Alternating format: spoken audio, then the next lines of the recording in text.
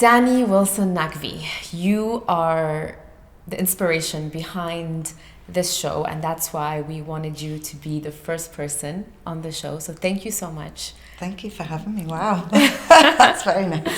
So you're one woman that I have known for quite some time, and you have put on so many hats.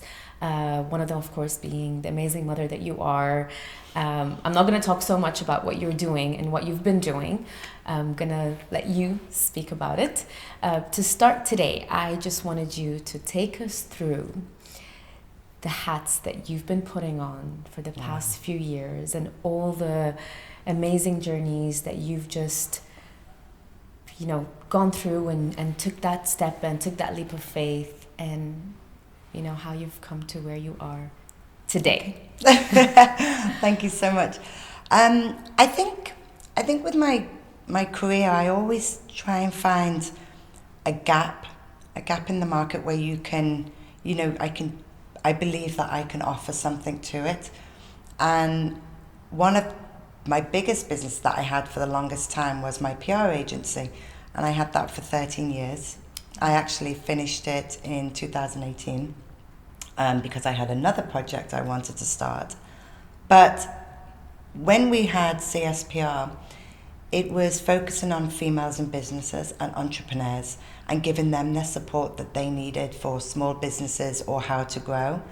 And I was very proud of it because we launched some amazing businesses, we launched some amazing women in the city. But by the 13th year, I just felt like I needed something new, a new challenge. And we had this opportunity, my husband and I. Before you stop, some women in the city, can you tell us some of the names? Because now they are very, I wouldn't say, I don't want to use the word famous, but they are names that most of the people in the city do know of. Yeah, so give us some of the names that you've launched. Shireen Mitwali, when she first came, Jessica Kouati, Aisha Ramadan, the fashion designer, Al-Hamal Qasimi, she was the first Emirati to the North Pole, unassisted, an amazing lady. Just that's more than enough. Yeah, that's more than enough. Few. Okay, go on. So my husband Akbar and I, we got this opportunity to start a new business, and it was something that neither of us have ever done before. Even though he's in finance, it was an opportunity where people would put their old coins of any currency into a machine at the airport, and they would be able to change it for vouchers for Virgin or other businesses. And it was a global company, and we saw it when we were in the Philippines on holiday, actually. And we were really blown away by how amazing this machine was and the service, that when we actually approached them, they told us that they had 2 other companies in Dubai who wanted the same business. So we had to pitch, and we won it. Yes. Which was really cool. It was exactly what we wanted, and it had such a big vision. We were wanting to put it into Dubai Airport, Sharjah Airport, then we were going to go Abu Dhabi and go a little bit more global. We managed to get Sharjah and Dubai Airport, but just before signing, or we went into the actual logistics of the machine being in the airport, the company globally closed down. And it was a tough one, and it was a really tough pill to swallow, because it was something that we'd really got under the skin of it, and we really were excited to launch this. I remember very well, yeah. It would have been such a great opportunity. I mean, we all have loose coins in our bags, or in your drawers at home. You have every currency from wherever you've been on holiday, and what do you do with it? It's just useless. Yeah. It's just there. You can't change it, an exchange machine, coins or small denominations. So it would have been a great opportunity. So it was a hard pill to swallow. And I actually partnered, Akbar and I, with a good friends of ours. So between the 4 of us, it was very deflating. Had you invested? We put a small amount into it. Once we got into the airport, that was where we were going to do a bigger investment because we needed X amount of machines for each airport. But it was a lesson.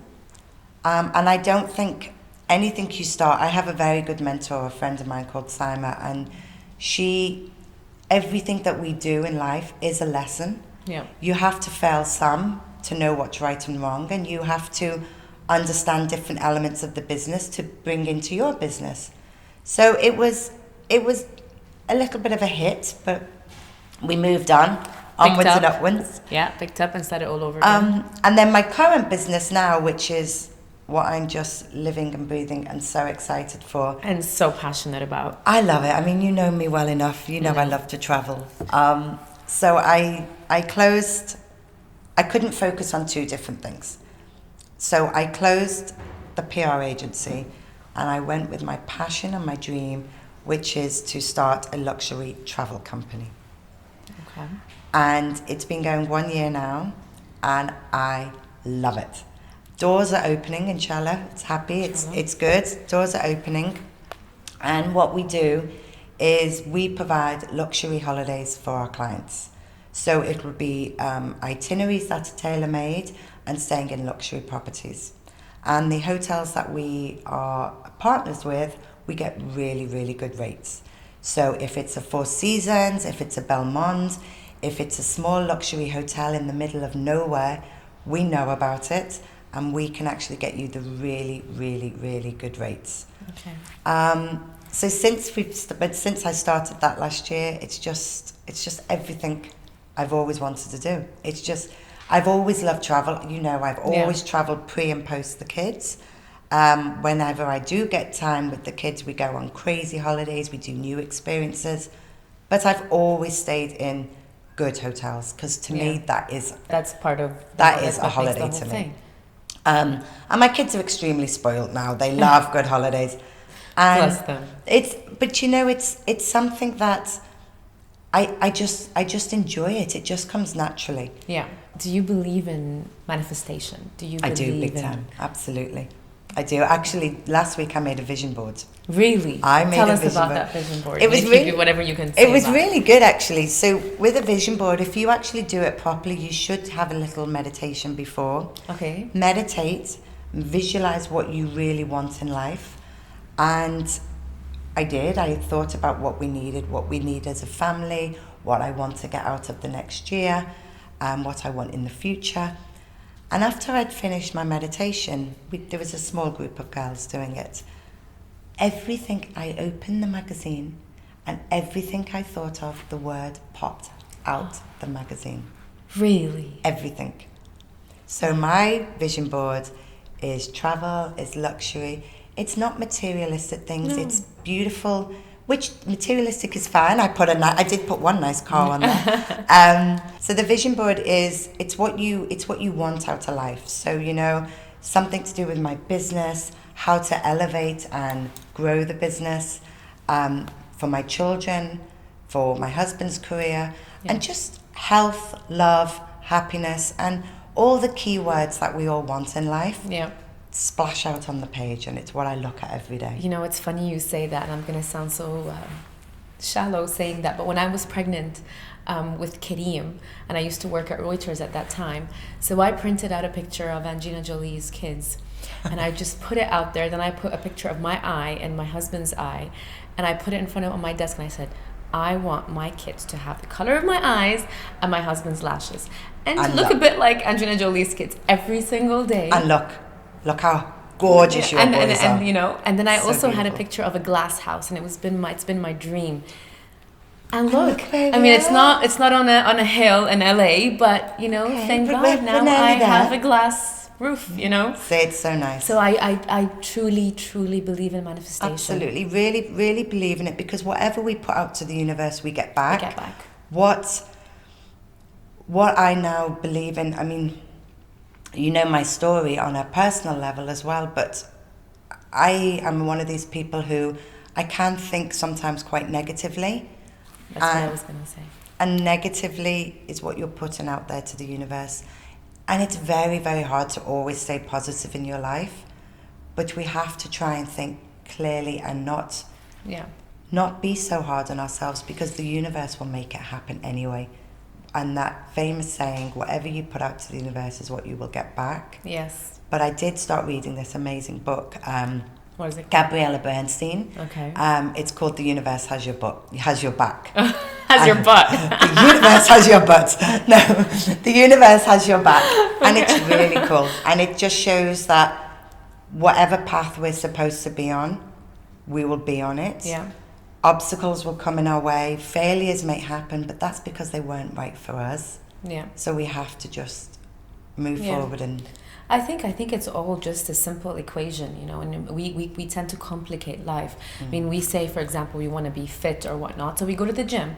Yes, you're going to put that effort of going to the gym. It's the same thing with the universe. You have to train your mind to have positive thoughts, you know, and it's just simple. Yes, okay, now I'm having a bad day. However, sometimes we have a bad day, but yet go to the gym, because we just see the results immediately. Also, even just take 5 minutes. It's easy to say, not that I always do it, but take 5 minutes to just look inside, and whether that's just listen to something. If you can't do a meditation, I'm one of these people who whacks the music up so loud, puts a dancey song on, and it does change your mood straight away. I put Twerk It Like Miley. Yeah, there you go. And you twerking the whole time. I can't twerk, but you know, I try. I let Sophie do it for me. Cece's my twerker. She is, isn't she? I knew it. So, Danny, you know, behind all of that success and amazing family and all these careers you've stepped into, there is a story that has happened. I wouldn't say behind the scenes, but it's a story that where you've turned a great loss into a legacy, and that's really why I wanted to have you here today, because you've elevated yourself. You've elevated a lot of families in you know, I wouldn't say around the world, but in a specific country. I don't want to say too much about the story, but I really want you to share that story with us today. I know it might be really difficult, but I mean, it's difficult. I can't even swallow just thinking about it. But can you share your story with us today? Yeah. So I think from a very young age, I've always wanted to be a mum. You know, always wanted to be a mum. And I was still, as much as I had this very strong desire to be a mum, I still wanted to wait for the right person and take my time as such. So when I met my husband, we got married after a couple of years of being together, but we'd always said that we wanted to have a big family. And we were looking at, it was quite funny because before I met him, I was always looking at adoption and how to adopt, and can I adopt as a single parent.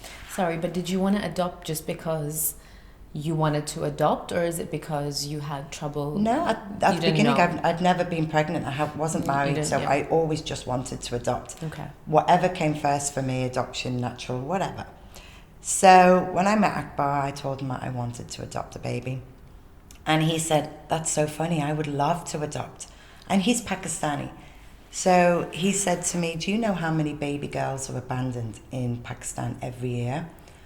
And the figure was something crazy, like 1 million babies abandoned in the country annually, but mostly girls. So it was kind of a no-brainer. I was like, I didn't know what country to do it from, so yes, let's do it. When we get married, we should adopt. So time goes on, we get married, and actually I got pregnant very quickly after we got married. And unfortunately, it was an ectopic. And I was rushed to hospital and had to have surgery. And then from that, I then had 4 more miscarriages. And I just couldn't understand why something that I wanted so desperately was becoming so difficult for me to get. So it was, let's start the process of adoption as well. So, as you know me very well, I'm a very strong-willed person. When I want something, I go for it.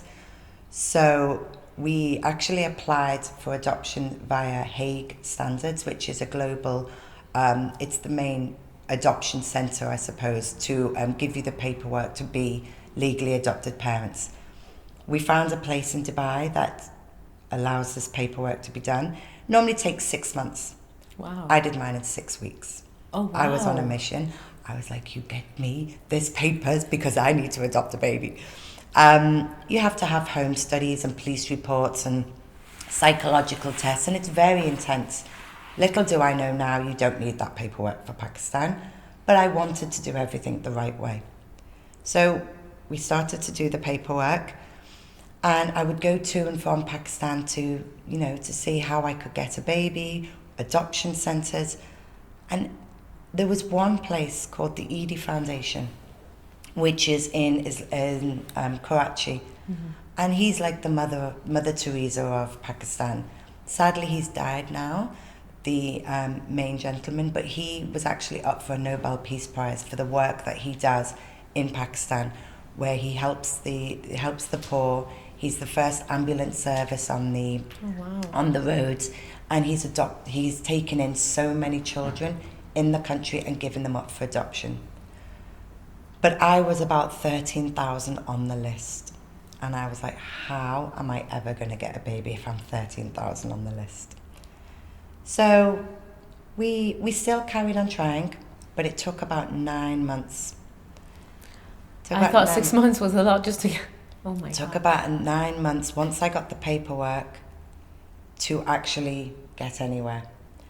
And this one particular day, I was kind of going through a little bit of depression now I look back on it, just because I was trying so hard to get pregnant. I was trying, to adopt, and I just couldn't fathom how 1 million babies are abandoned in the country every year, and I couldn't get one.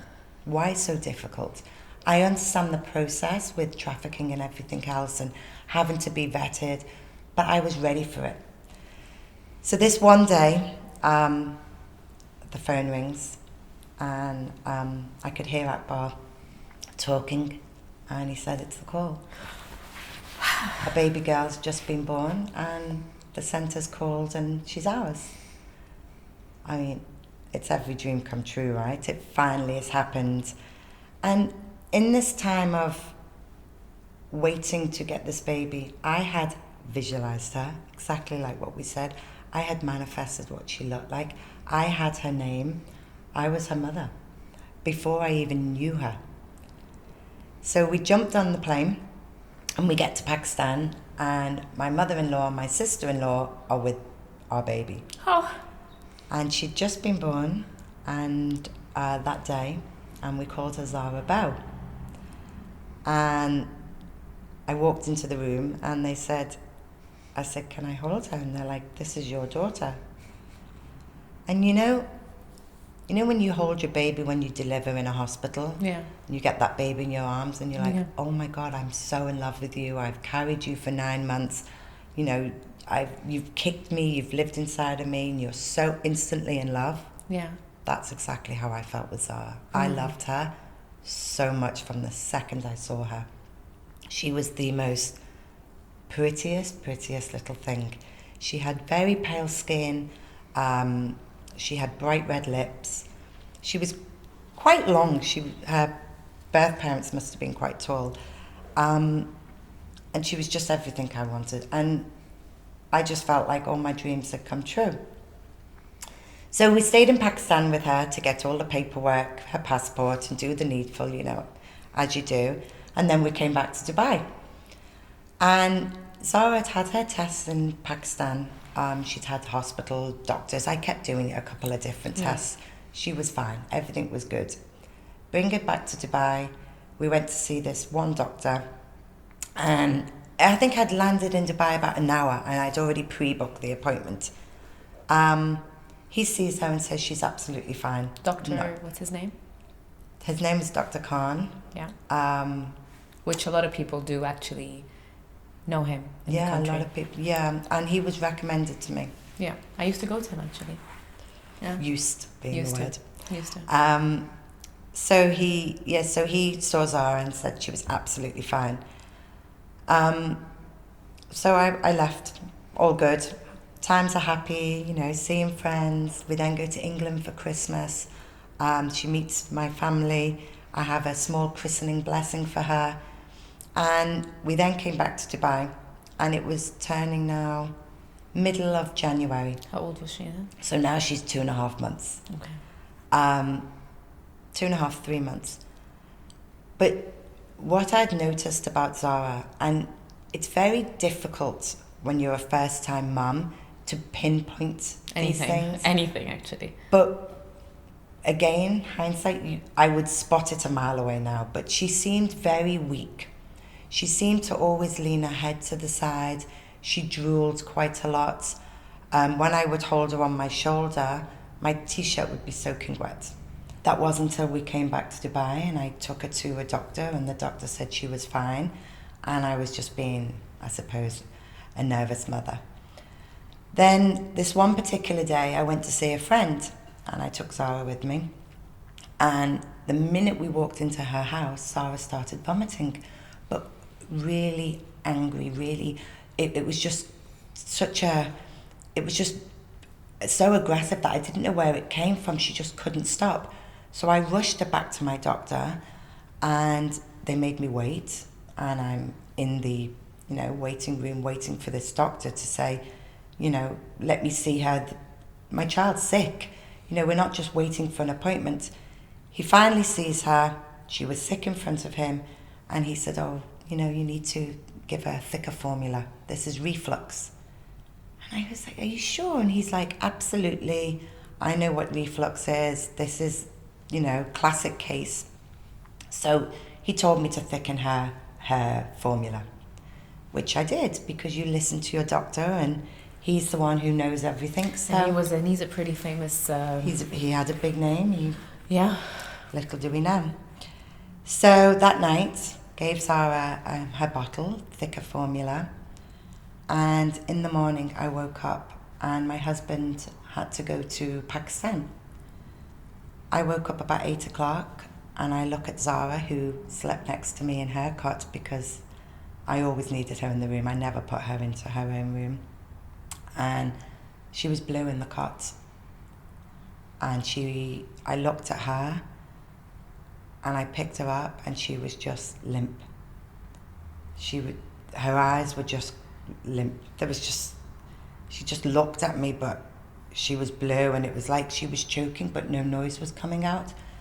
And the really weird thing is, when something like that happens, your mind starts to calculate what you need to do. So I put her on the bed, I got dressed, and while I'm getting dressed, I'm thinking, how do I get to the hospital? And I lived by two. One was very, very close to me, but it wasn't a pediatric department, but it had an emergency. The other one was three traffic lights away, but it was a pediatric. By this time, Zara was being blue for quite a bit. I didn't really know what to do, so I just went to the nearest one. I stopped the car outside and I ran in. And I ran into emergency, and they looked at me and they took her out of my arms and they raised an alarm and shouted a code blue. And I am just there on my own thinking, my daughter's 3 months old. What's going on? I'm totally on my own here. So I call one of my best friends, and within 5 minutes she was there hugging me and next to me, and her husband's going to the doctors and asking, you know, what's going on, because I couldn't see Zara. Akbar's still on the plane. He doesn't know. He doesn't know. And I called Dr. Khan and told him, and he was on the golf course.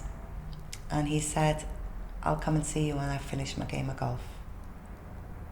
And from that minute I knew just to walk away from him. And the doctors called me in and said, your daughter's seriously, seriously ill.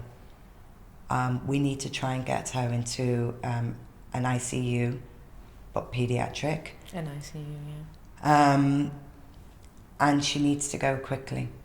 So they said I could go and see her, and she was this little teeny dolly in this big bed attached to all these machines, and it was horrific. I didn't really know what was happening and how it was happening and how we got here. And by 5:30 that night, I'd spoken to Akbar. He jumped on the next plane to come back, and all the hospitals in Dubai said they wouldn't take Zara. Why not? I think because she was dying and she was too much for them.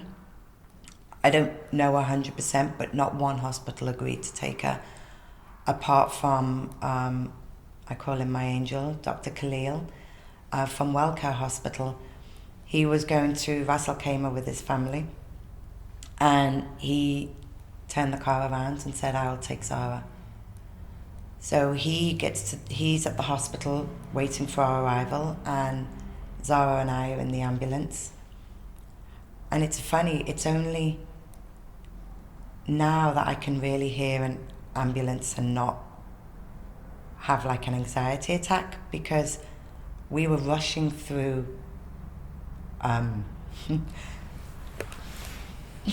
sweet. We were rushing through rush hour traffic on a Friday to get to the hospital, and it was just the weirdest thing with this siren, right? And it's funny how things stick in your head. So anyway, we get to the hospital, and they take Zara through, and Dr. Khalil was so nice. He was, answering any questions I had, but he kept asking me so many things. And don't forget, I don't know Zara's medical history. Yeah. I only know her history from the day she was born. Yeah. So he kept asking me things, but I couldn't really help him with anything apart from I'd seen the doctor the day before and he told me to give her a thicker formula. So she's in ICU, not allowed to go in. Akbar finally comes back, and the two of us are just pacing up the corridor. We're in shock. We're panicking. He looks like, he's seen a ghost, because he's just had to sit on a plane and had no answers to anything. So they finally let us in, and she looks content. They've stabilized her. She's attached to all these different machines, and she's there for maybe 3-4 days. And in that time, Akbar and I never left her side. We never slept. We never ate. I never ate.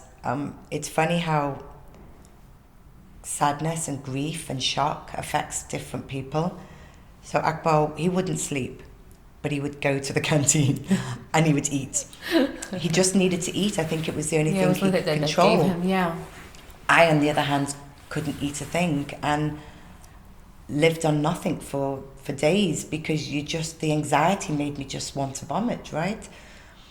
So Zara's in intensive care for about 4 days, and they said she was starting to make a little bit of progress. So because obviously there's only so many beds in ICU, they were going to put her in her own room. So this was a great feeling for us, because now she was getting better. Yeah. She had to be getting better if she was allowed her room. But actually her being in that room sent me insane, because I felt like when I'm lying next to her, she's attached to 3 or 4 machines. They were all beeping at different times. Stats were going up and down, and I'm watching them. And this is your child, right? So you're watching every machine and thinking, what can I do? That noise sounded funny. And we'd be calling in the nurses all the time, and they must have thought I was crazy. Anyway, this particular moment, I said, I'm going to go for a coffee. I'm going to go down and get a coffee. So my husband, he was there with Zara. Now I look at it, and it's like a scene from ER. How many days has it been now? Now it's about just over a week. Okay. And I come up with my coffee cup, and Zara's being rushed back into ICU with my husband screaming. the nurses and doctors moving everyone out the way. I can't imagine Akbar screaming. He's so chilled. She flatlined. She absolutely flatlined, and they managed to bring her back. They resuscitated her. But now she'd gone into a very bad way. None of us could understand why. We still don't know. She just wasn't strong enough to have really left NICU. But this, to me, I feel like now when I look back with Zara, she had so many chances to leave, and she had so many chances of life, you know, from being adopted, from having so much love around her, to being blue in her cot, to flatlining. But she wasn't ready to go. She was my fighter, and she just kept fighting. And I know why she kept fighting, because she wanted answers. She wanted to know why, or for us to know why she was going through this. Still no answers from the hospital. But they did start asking me questions about, has Zara received a newborn screening test? I'd never heard of it. I didn't know what to do, and I said no. And they said, well, a newborn screening test can test up to 40 different diseases. And it's mandatory all over the world. Yeah. So she must have had this test.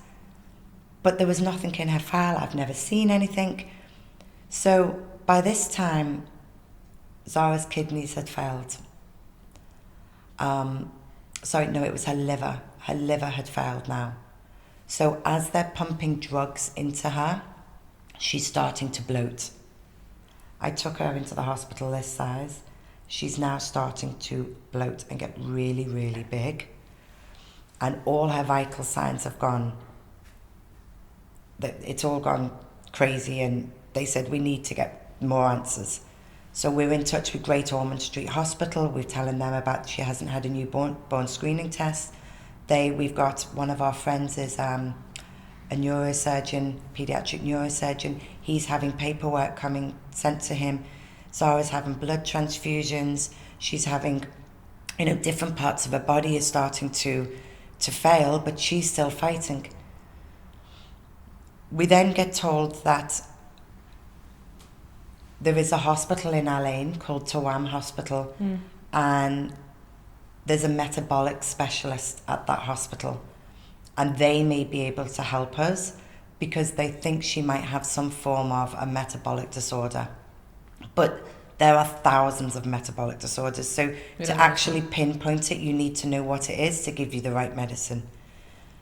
So the hospital in Tawam, it's attached to or affiliated with Johns Hopkins. And I think you need to have an invitation, or you have to be, it's not easy to get into that hospital. But through an Emirati friend of mine, she managed to get us in. And we decided that Zara would have to go to Tawam. In Al Ain. But the doctor said, Dr. Cleo said she might die in the ambulance because she's not strong enough, and a 2-hour trip in the ambulance could kill her, and we were not allowed to sit in the ambulance with her. So we had to send her because we wanted to give her the best that she could have. But that drive to Tawam Hospital, oh my God, we didn't know whether we were going to get there and she was alive or not. So you were in the car behind her? Yeah, Akbar and I. We got there, she'd survived it, but this time we walked into this ICU. Every doctor, there must have been 15, 20 specialists there, doctors, literally went straight into action. They put her into a room, they were testing her, they were monitoring, they asked if they could take samples from her bones, from her marrow. So they were taking all this stuff from her, and they were doing more and more tests, and she got put on this machine that I can only call is like a pneumatic drill. When people are breaking the roads with this drill and the noise is so loud, that's the machine that she was on. It was like a life support machine. there was all these different monitors, and she's on this, and the noise was unbearable. And by now, Zara hadn't opened her eyes. I haven't held my daughter for days, 2 weeks. And she's dying. And it, as much as we were praying, Akbar kept believing that this hospital's going to turn around and she's going to survive. But I just kept thinking she's just waiting to get the results. I don't know what it is, mother's intuition. And they told us that she had a form of glutaric acidemia type 2, which is a metabolic disorder. It's about 1 in 250,000 babies in the world. And she wasn't going to survive. After they gave us that diagnosis, we went outside to get some fresh air. And it was nighttime now. And you may think I'm crazy.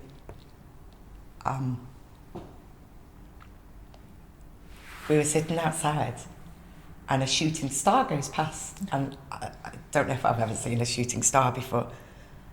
And I was like, she's going to survive. Who sees a shooting star? And I said, no.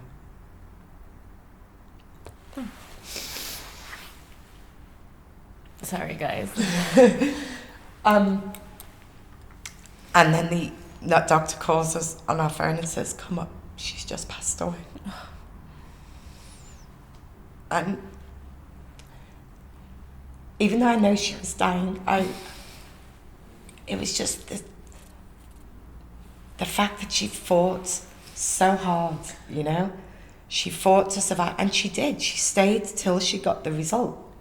And the minute she gets the result, she passed away. And I think I was happy she'd gone, because the pain, she wasn't in any more pain. And they kept saying to me, she's not in pain, but she was in pain.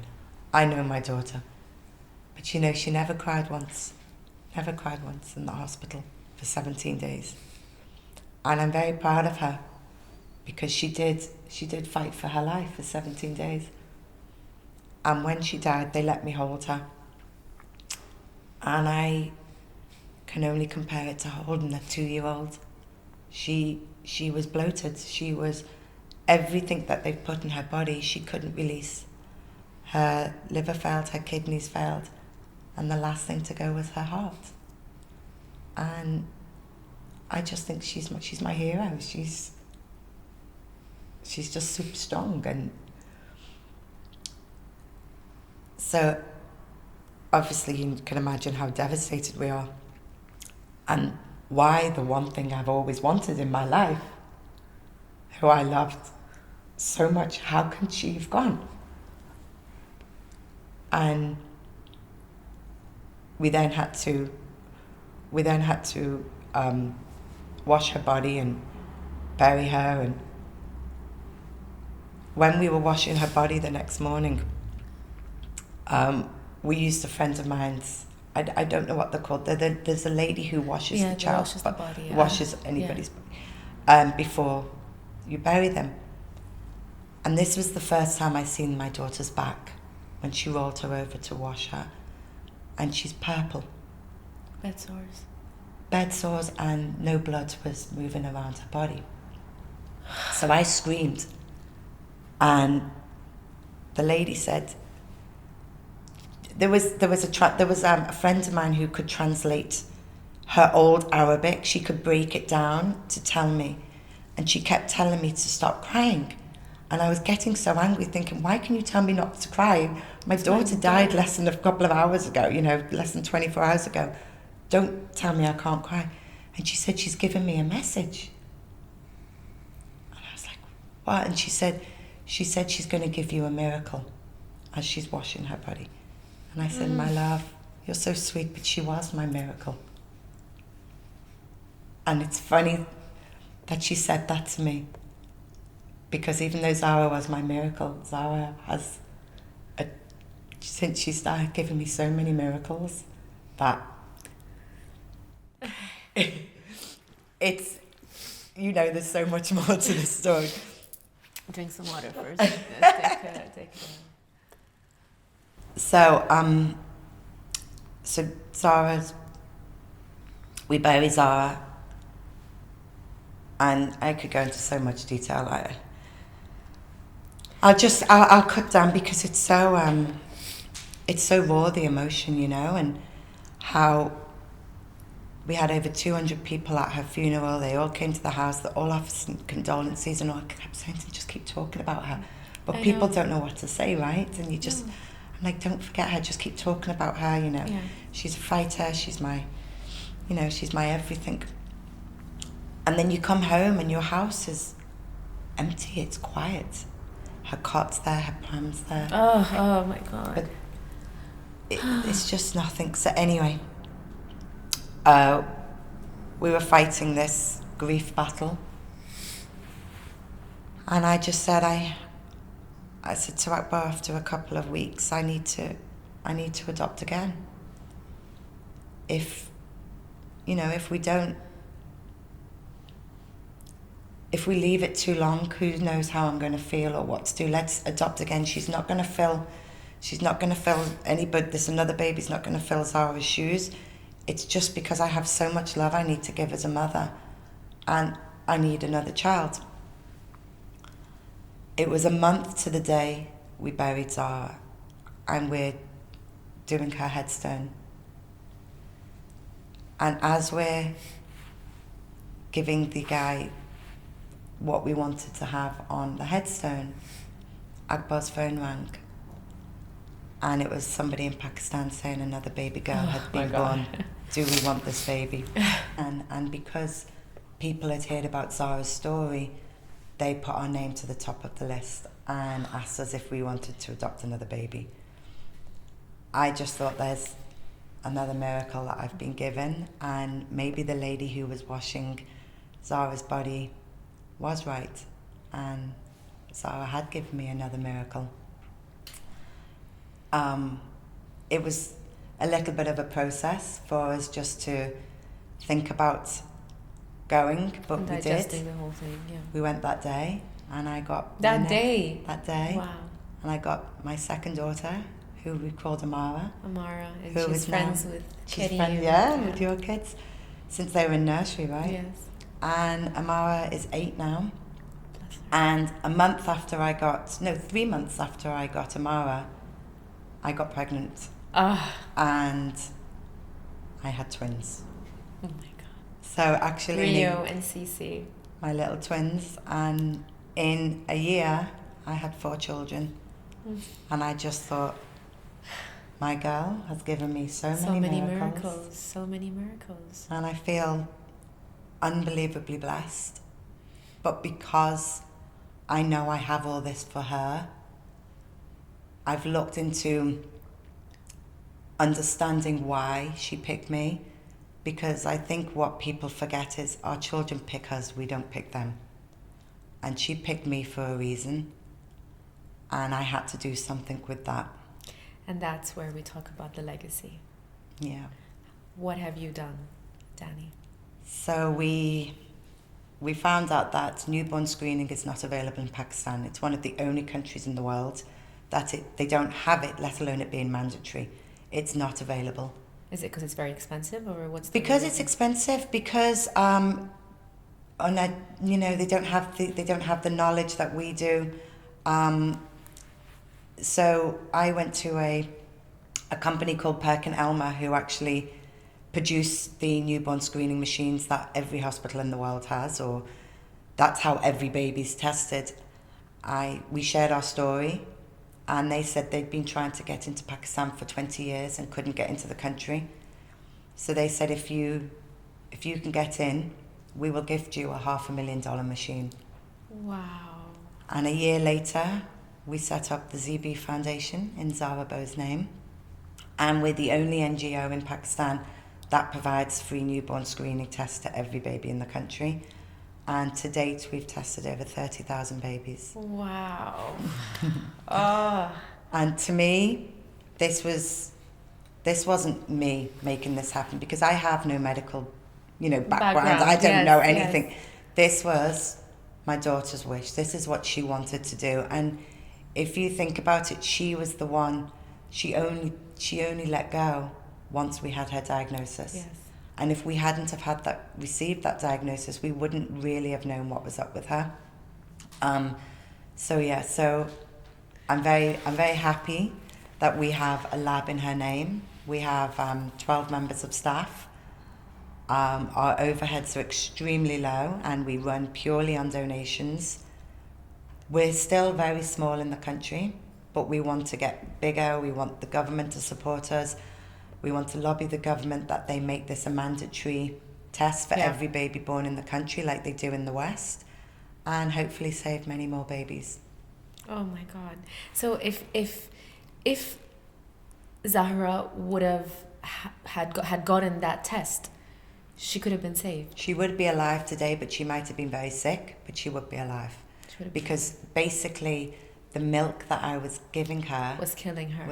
And when you up the dose of formula because of the reflux, she wasn't strong enough to swallow it. And when you have a metabolic disorder, it means that the dairy is actually affecting her. So there's many different forms of metabolic disorder, and a newborn screening test can test up to 40 diseases. Some of them can just be managed by diet change. Yeah. And the funniest thing is that the very first baby we tested sporadically in Pakistan had a form of metabolic disorder, and she died. The baby died within a couple of days, but it was the parents' third baby that they lost, and they never ever knew why. And once we tested the baby, then they had the answer. And the thing is, a newborn screening test is just a simple prick of blood from the heel. Yes, I know. All kids that we know have... Exactly. Danny, what's next for you? I know this is like exclusive. Well, I'm just in the middle of a book. We're just writing a book to share our story, but not just about Zahra's story, but actually how, as we said at the very beginning, the universe has your back. And I have received, and I'm very fortunate to have received many miracles in my life with my children, the charity happening. It's all about having faith and hope. And maybe this was the path I was always supposed to be on. I'm not saying my life is always easy, because 3 young children and I know your life ain't easy. There's always something happening, but I'm very grateful for what I have. And there I am, trying many miscarriages, fighting to be a mother. I then became a mother of 4. Yeah. And my daughter's legacy lives on, not just in our home or with our friends, but in a whole country. Yes. And it's a book now that I really believe gives people hope. Oh. Thank you so much, Danny. Thank you for sharing the story, and we're sorry that we brought back these emotions. I mean, I know they're always there, but just for you to share them with everyone that's going to be watching. But you have elevated me personally, and I'm sure that a lot of people that are watching might be struggling with their own problems or tragedies or whatever it may be, and I hope that you all get the chance to be elevated as well. Thank you. I love you. I love you.